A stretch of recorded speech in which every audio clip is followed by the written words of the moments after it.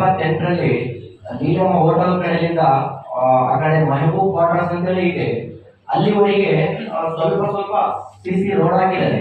ಬರೀ CC road, ನಾಲಿ ಇಲ್ಲ, ಡ್ರೈನೇಜು ಇಲ್ಲ.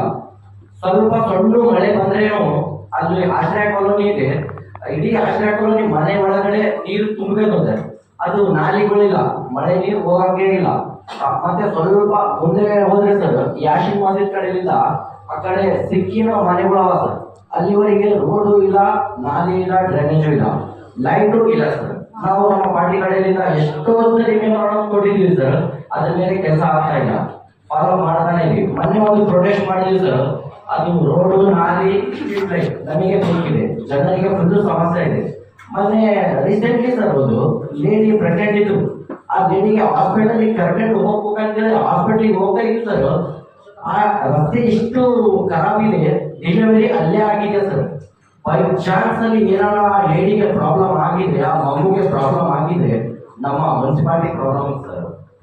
ದಯವಿಟ್ಟು ನಾನು ನಿಮ್ಮ ರಿಕ್ವೆಸ್ಟ್ ಮಾಡ್ತಾ ಇದ್ದೀನಿ, ನಮ್ಮ ನೀಲಮ ಹೋಟೆಲ್ನಿಂದ ಮೆಹಬೂಬ್ ಕ್ವಾರ್ಟರ್ಸ್ ವರೆಗೆ ಸಿಸಿ ರೋಡ್ ಅಲ್ಲಿ ಇದೆ, ನಮಗೆ ನಾಲಿ ಡ್ರೈನೇಜ್ ಅಲ್ಲಿ ಬೇಕಿದೆ.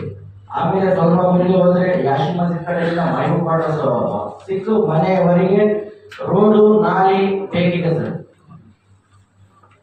ತಮ್ಮಲ್ಲಿ ರಿಕ್ವೆಸ್ಟ್ ಸರ್, ಆದಷ್ಟು ಬೇಗ ಈ ಬಜೆಟ್ ಅಲ್ಲಿ ನಮಗೆ ಅಲ್ಲಿ ರೋಡು, ನಾಲಿ ಮಾಡಿಕೊಡಿ ಸರ್.